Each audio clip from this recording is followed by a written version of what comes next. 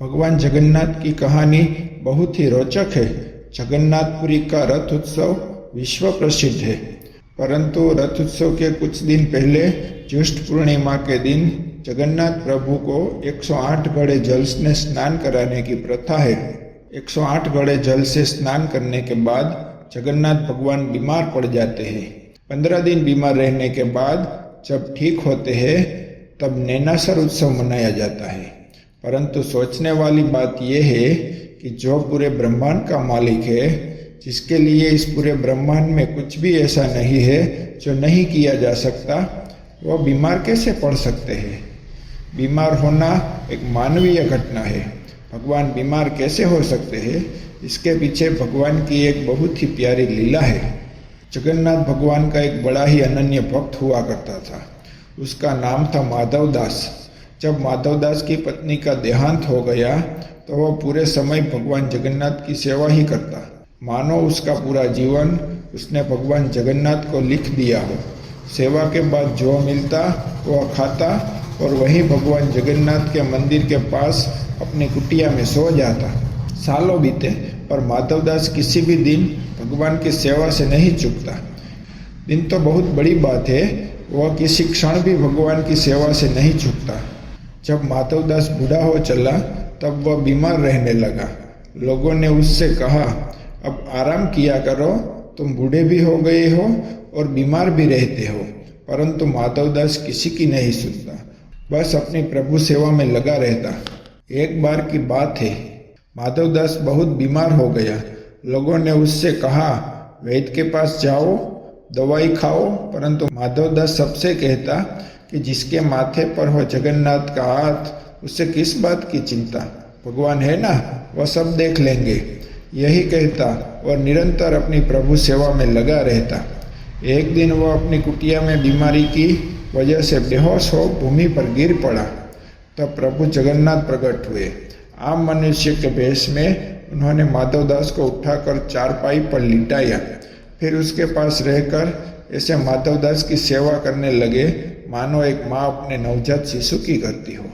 माथे पर पट्टी देकर उनका ज्वार कम करना, उसको काढ़ा पिलाना। माधवदास बहुत ही कमजोर हो गए थे। उसकी सोचने समझने की शक्ति भी बहुत कम हो गई थी।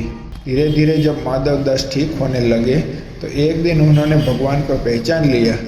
पहचानते ही माधवदास प्रभु के सामने हाथ जोड़कर जोर जोर से रोने लगे। रोते हुए कहने लगे, प्रभु आप यह क्या कर रहे हैं? मैं आपका भक्त हूँ, मैं आपका दास हूँ, आप मेरी सेवा क्यों कर रहे हैं प्रभु? अपने भक्त के आंसू भगवान श्री हरि ने पहुँचकर उन्हें अपने हृदय से लगा लिया। प्रभु के हृदय में लीन होकर फिर कौन सी आस और लालसा बाकी रह जाती है। माधवदास को जीवित होते हुए भी इसी धरती पर साक्षात वैकुंठ का अनुभव हो रहा था। प्रभु ने उसके पीठ को सहलाते हुए उसे चुप कराया। सुबकते हुए माधवदास ने श्री हरि से कहा, हे प्रभु, हे परमानंद, हे परमात्मा, आप तो त्रिलोक के स्वामी हैं, आप ही नारायण है, इस पूरे ब्रह्मांड के मालिक है। आपकी इच्छा से तो यह बीमारी क्षण भर में नष्ट हो सकती है। फिर आपने मेरी सेवा करने के स्थान पर मुझे पूर्णतः स्वस्थ क्यों नहीं किया? भगवान ने मुस्कुराकर माधवदास से कहा, हे प्रिय, कर्मों का फल तो भोगना ही पड़ता है। कर्मों का चक्र ही नियति है। यदि मैं तुम्हें अभी तुम्हारी पीड़ा से मुक्त कर दूं तो भी आगे चलकर तो तुम्हें यह कष्ट भोगना ही पड़ेगा। संसार में जो भी कर्म होते हैं उसके निश्चित कर्म फल भी होते हैं। सृष्टि ऐसे ही चलती है। फिर भगवान कहते हैं, तुम्हारे कर्मों के अनुसार ही मैंने तुम्हारी सेवा की है। तुमने जितनी मेरी सेवा की है उसका कोई मोल नहीं है। भगवान भी भक्त के प्रेम के भूखे होते हैं। एक यही भाव भगवान को सबसे प्रिय है। तुम्हारा प्रेम मेरे लिए सेवा हो सकता है, तो जब तुम्हें सेवा की आवश्यकता है तो मेरा प्रेम भी तुम्हारे लिए सेवा हो सकता है।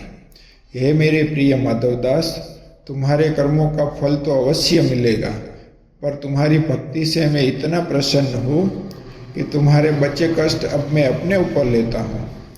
अब मैं तुम्हारी यह पीड़ा का यहीं अंत करता हूँ।